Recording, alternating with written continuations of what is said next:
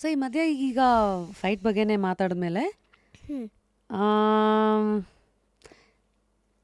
ಈಗ ಸ್ಕೂಲಲ್ಲಿ ಯಾವುದೋ ಒಂದು ಫೈಟ್ ಆಗತ್ತಪ್ಪ, ಅದು ಒಂದು ಫೈಟೇ. ಹಾಂ ಸಡನ್ನಾಗಿ ಸ್ಟೇಟು, ನ್ಯಾಷನಲ್ಲು, ಇಂಟರ್ನ್ಯಾಷನಲ್ ಅಂತಲ್ಲ ಅಂದ ತಕ್ಷಣ ಕೆಲವು ಸತಿ ಪ್ರೆಷರ್ ಜಾಸ್ತಿ ಆಗ್ಬಿಡುತ್ತೆ. ಅಯ್ಯೋ ಇದು ಸ್ಟೇಟಾ, ಇದು ನ್ಯಾಷನಲ್ಲಾ, ಇಂಟರ್ನ್ಯಾಷನಲ್ ಅಂತ. ಆ ಥರ ನಿಂಗೂ ಆಗತ್ತಾ ಆಜ್ಞಾ? ಸ್ಕೂಲಲ್ಲಿ ಫೈಟ್ಸಾ? ಅಂದರೆ ಸ್ಕೂಲ್ ಲೆವೆಲ್ ಎಕ್ಸಾಂಪಲ್. ಈಗ ಯಾವುದೋ ಈಗ ಸ್ಟೇಟಲ್ಲೇ ಯಾವುದೋ ಒಂದು ಫೈಟ್ ಆಯಿತು, ವಿತಿನ್ ಸ್ಟೇಟು. ಹ್ಞೂ ಅದೇ ಬೇರೆ ನ್ಯಾಷನಲ್ಲು, ಇಂಟರ್ನ್ಯಾಷನಲ್ ಲೆವೆಲ್ಲು ಫೈಟ್ ಆದಷ್ಟು ಹ್ಞೂ ನ್ಯಾಷನಲ್ಲು, ಸ್ಟೇಟ್ ಅಂತೆಲ್ಲ ಬಂದಿದ್ದೆ ಪ್ರೆಷರ್ ಎಲ್ಲ ಹೇಗೆ ಹ್ಯಾಂಡಲ್ ಮಾಡ್ತೀಯಾ? ನಾನು ಪ್ರೆಷರ್ನ ತಲೆಗೆ ತಗೊಳ್ಳಲ್ಲ, ಮತ್ತೆ ಅದು ನನ್ನ ರೆಸ್ಪಾನ್ಸಿಬಿಲಿಟಿ ಅಂತ ಅನ್ಕೋತೀನಿ. ಓಹೋ, ಆಮೇಲೆ ನಂದು ಮೈಂಡ್ಸೆಟ್ನ ಫಿಕ್ಸ್ ಮಾಡ್ತೀನಿ, ಫೋಕಸ್ನ ಅಲ್ಲಿಗೆ ಇಡ್ತೀನಿ, ಇನ್ನೆಲ್ಲನೂ ಸೈಡಿಗೆ ಇಟ್ಕೋತೀನಿ. ಫೋಕಸ್ ಹೇಗೆ ಮಾಡ್ತೀಯಾ? ಯಾಕೆಂದರೆ ಇವತ್ತು ಸಿಕ್ಕಾಪಟ್ಟೆ ಫೋನ್ಸು, ಸೋಷಿಯಲ್ ಮೀಡಿಯಾ, ಅಲ್ಲಿ ಇಲ್ಲಿ ಗಲಾಟೆ, ಟಿ ವಿ, ಅದನ್ನೆಲ್ಲ ಕ್ಲಾಸ್ ಒಳಗೆ ಎಂಟ್ರಾಗ್ದಾಗಲೇ ಎಲ್ಲನೂ ತೆಗ್ದಾಕ್ಬಿಡ್ತೀನಿ, ನನ್ನ ಮೈಂಡ್ ಫುಲ್ ಫ್ರೀ ಇಟ್ಕೋತೀನಿ, ಆಮೇಲೆ ಮಾಡ್ತೀನಿ. ಸೊ ಇವತ್ತು ಎಷ್ಟೋ ಪುಟಾಣಿ ಮಕ್ಕಳು ಹ್ಞೂ ಸೋಷಿಯಲ್ ಮೀಡಿಯಾದಲ್ಲಿ ಹ್ಞೂ ಚಿಕ್ಕ ವಯಸ್ಸಿಂದ ನೀನು ನೋಡಿರ್ತೀಯಲ್ವಾ, ಎಷ್ಟೊಂದು ಜನ ಊಟನೂ ಮಾಡಲ್ಲ. ಹೌದು. ಈ ಬೇಬಿ ಶಾಕುಡೂನೋ ಅಥವಾ ಇನ್ನೇನೋ ಕೊಟ್ಟಿಲ್ಲ ಅಂದರೆ ಹ್ಞೂ ಹೆಂಗೋ ಫೋನಿಗೆ ಅಡಿಕ್ಟ್ ಆಗಿರೋ ಪುಟಾಣಿ ಮಕ್ಕಳಿಗೆ 10 ವರ್ಷದವ್ರಿಗೆ ನೀನೇನು ಹೇಳ್ತೀಯಾ? ನೀವು ಒಂದು ಸ್ಪೋರ್ಟ್ಸಿಗೆ ಸೇರ್ಕೊಳ್ಳಿ, ಫೋನ್ನೆಲ್ಲ ಕಡಿಮೆ ಮಾಡಬೇಕು. ಯಾಕಂದರೆ ಸುಮಾರು ಅಂದರೆ ಇಂಟ್ರೆಸ್ಟ್ ಎಲ್ಲ ಹೋಗ್ತಾ ಇದೆ, ಅದಕ್ಕೆ ಅವ್ರದ್ದು ಹೆಲ್ತ್ ಹಾಳಾಗ್ತಾ ಇದೆ. ಅದಕ್ಕೆ ಸ್ಪೋರ್ಟ್ಸಿಗೆ ಸೇರ್ಕೊಳ್ಳಿ, ಫಿಟ್ಟಾಗಿರಿ, ನಿಮ್ಮ ಹೆಲ್ತ್ ಚೆನ್ನಾಗಿಟ್ಕೊಳ್ಳಿ ಅಂತ ಹೇಳ್ತೀನಿ. Very nice. ಸೊ ಈ ಫೋನು ಸ್ಕೂಲಲ್ಲಿ ಟಿ ವಿ ಸ್ವೀಟ್ಸ್ ಎಲ್ಲ ಬಿಡಿ, ಕಡಿಮೆ ಮಾಡಿ ಸ್ವಲ್ಪ ಅಂತ. Wow, phone, TV, sweets. ಹ್ಞೂ ಈಗ ನಂಗೆ ಹೇಳು, ಹ್ಞೂ ನಾವೆಲ್ಲ ಪುಟಾಣಿ ಮಕ್ಕಳೆಲ್ಲ ಇದ್ದಾಗ ಚಾಕ್ಲೇಟು, ಸ್ವೀಟ್ಸು ಎಲ್ಲ ಸಿಕ್ಕಿದ್ದು ಪಕ್ಕಿದೆಲ್ಲ ತಿಂದು ಐಸ್ ಕ್ರೀಮು ಜಾಲಿ ಮಾಡ್ತಾ ಇದ್ದಿದ್ದೆ. ಹ್ಞೂ ಈಗಲೂ ನಾ ತಿಂತೀನಿ, ಅದು ಬೇರೆ ಪ್ರಶ್ನೆ. ಹ್ಞೂ ಈಗ ನೀನು ಆ ಟೆಂಪ್ಟೇಷನ್ ಹೆಂಗೆ ತಡಿತೀಯಾ? ನಂಗೆ ತಡಿಯೋಕ್ಕೇನಿಲ್ಲ, ಯಾಕಂದರೆ ಅದು ಇಷ್ಟನೇ ಇಲ್ವಲ್ಲ.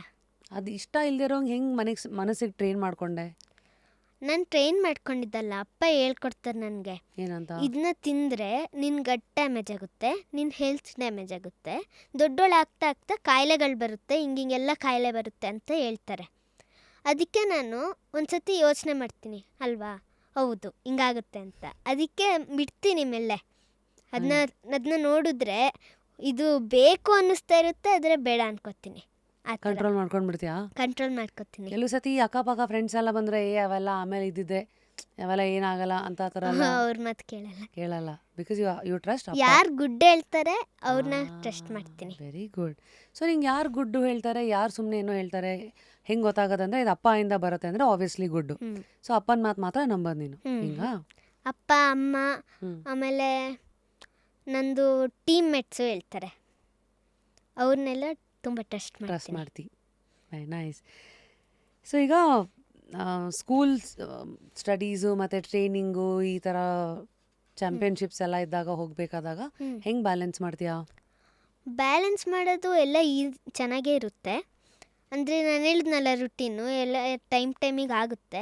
ನಾನು ಅದು ಆ್ಯಕ್ಚುಲಿ 9 o'clock ಸ್ಕೂಲ್ ಸ್ಟಾರ್ಟ್ ಆಗೋದು. ಅವ್ರು ನನಗೆ ಪರ್ಮಿಷನ್ ಕೊಟ್ಟಿದ್ದಾರೆ 10:30 ಅಟೆಂಡ್ ಮಾಡ್ಬೋದು ಅಂತ. ಅದಕ್ಕೆ ನನಗೆ ಈಸಿ ಆಗ್ತಿದೆ. ಹೋಮ್ವರ್ಕ್ ಮಾಡಿಲ್ಲ ಅಂದರೆ ಫೋರ್ಸ್ ಮಾಡಲ್ಲ ಅಷ್ಟೊಂದು. ಈಗ ನಿನ್ನ ಬಿಗ್ಗೆಸ್ಟ್ ಇನ್ಸ್ಪಿರೇಷನ್ ಯಾರು ಆಜ್ಞಾ? ನನ್ನ ಬಿಗ್ಗೆಸ್ಟ್ ಇನ್ಸ್ಪಿರೇಷನ್ ಮೇರಿ ಕಾಮ್.